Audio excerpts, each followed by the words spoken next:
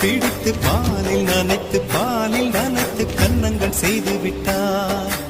உலக மலர்கள் பறித்து பறித்து 2 பந்துகள் அமைத்து பெண்மை சமைத்து விட்டார்.